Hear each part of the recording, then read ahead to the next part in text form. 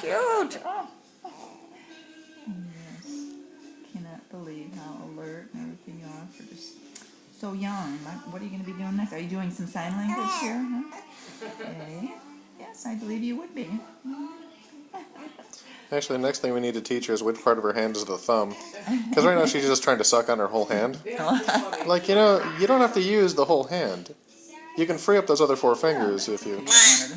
Right? Yeah. Can you sing a song?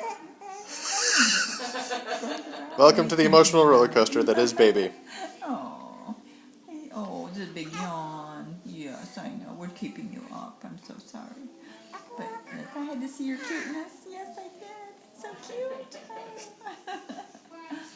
And got to meet more cousins and aunts and uncles and great aunts and uncles. Oh, you just bump yourself in the face. It's not as bad as it sounds, kiddo. We have a new cousin coming in a few months.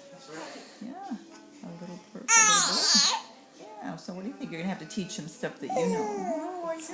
It's so cute.